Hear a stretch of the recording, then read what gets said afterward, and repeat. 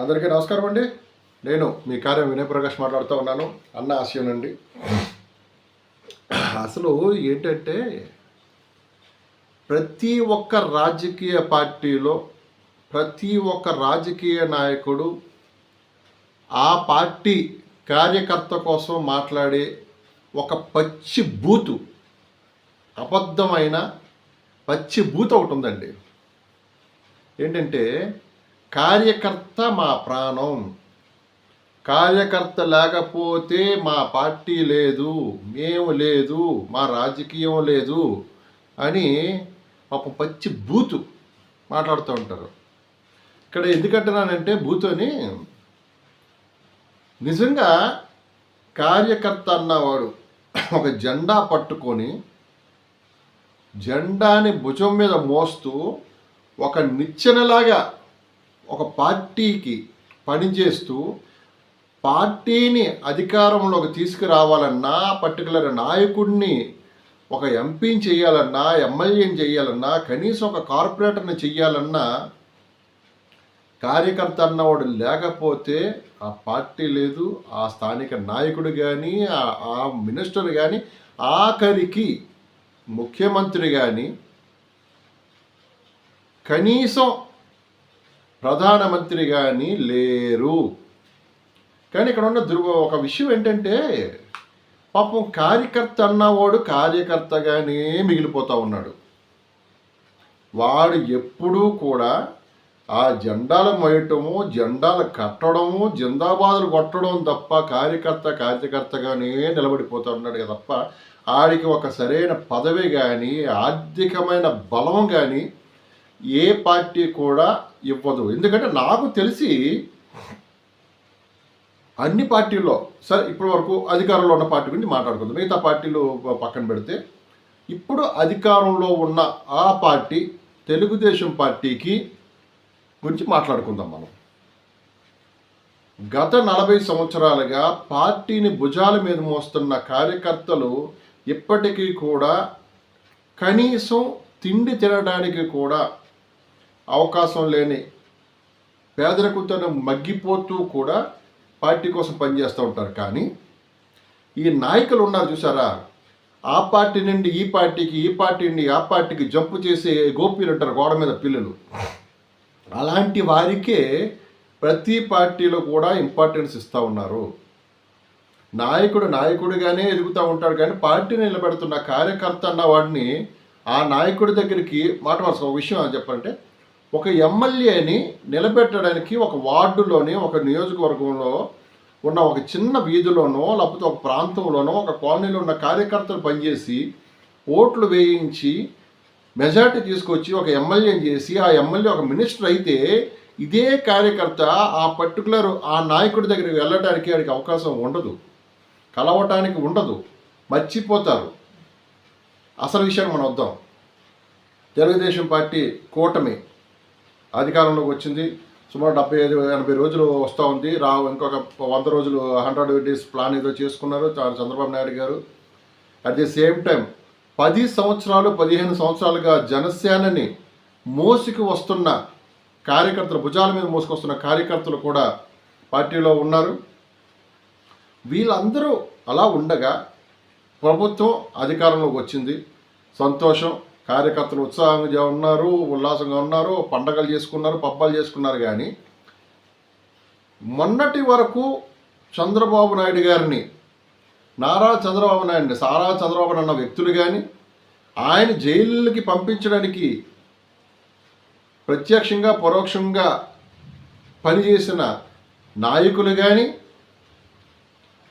వేరే పార్టీ నుండి, వైసీపీ నుండో ఇంకో పార్టీ నుండి ఇప్పుడు కొంతమంది ఎంపీ స్థాయి, ఎమ్మెల్సీ స్థాయి, ఎమ్మెల్యే స్థాయి వాళ్ళు పార్టీలో చేరడానికి ప్రయత్నం చేస్తూ ఉన్నారు. చంద్రబాబు నాయుడు గారు అంటే ఒక అభిమానంతో,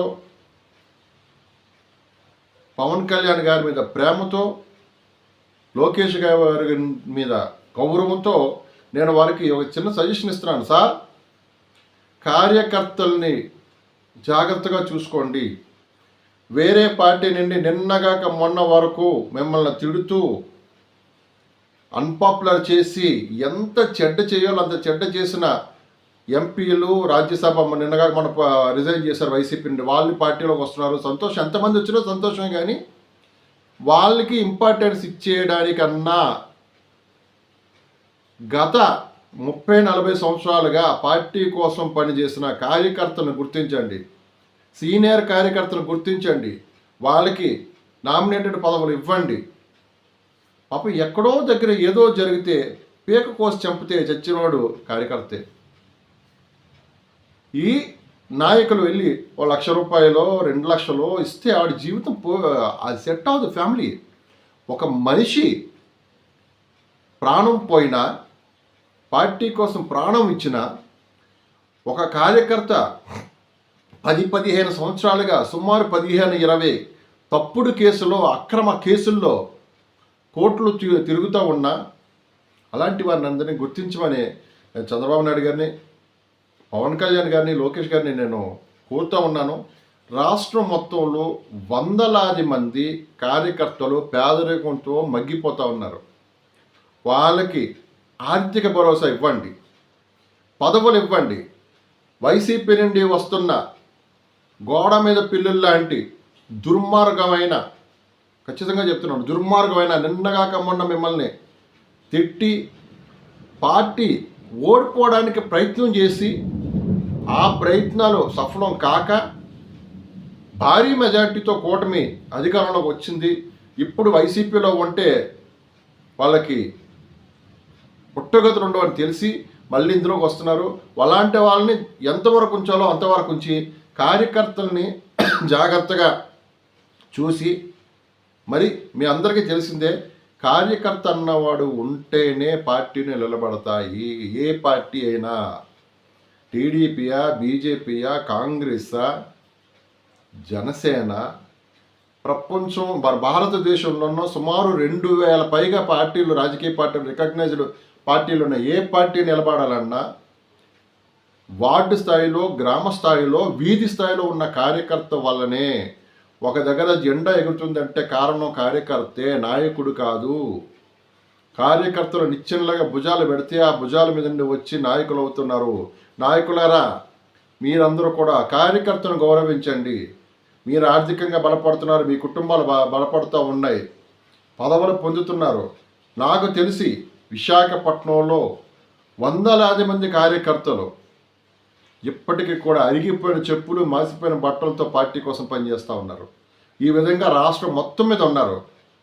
పెద్దలు గౌరవించి కార్యకర్తని కరివేపాకలా తీసేయకుండా ఆర్థిక భరోసాతో పాటు రాబోయే నామినేటెడ్ పోస్టులో పదవులు ఇచ్చి వాళ్ళకి ఒక ధైర్యాన్ని ఇచ్చి పార్టీని మరింత ముందుకు తీసుకెళ్ళడానికి ప్రయత్నం చేస్తారని, కార్యకర్తని కరివేపాకు కింద వాడకుండా వాడికి విలువ ఇవ్వాలని కోరుకుంటా ఉన్నాను. నేను ఒక జర్నలిస్ట్గా ఎంతోమంది కార్యకర్తల్ని చూసిన ఒక వ్యక్తిగా ఒక సజెషన్ ఇస్తున్నాను. ఇందులో తప్పు లేదు. ముఖ్యంగా పక్క పార్టీ నుండి వలస వస్తున్న నాయకుల్ని కొంచెం దూరం పెడతారు. ఎందుకంటే గతంలో పదవులు అనుభవించారు, ఆర్థికంగా బలపడ్డారు, కుటుంబాలు బలపడ్డాయి, హోదా అనుభవించారు. కార్యకర్తని కూడా గౌరవించండి, కార్యకర్తని పదవి ఇవ్వండి. మరొక్కసారి చంద్రబాబు నాయుడు గారికి, నారా లోకేష్ గారికి, గౌరవనీయులు పవన్ కళ్యాణ్ గారికి నేను విజ్ఞప్తి చేస్తూ ఉన్నాను. నమస్కారం. మీ కారం వినయ్ ప్రకాష్, అన్న ఆశయం నుండి.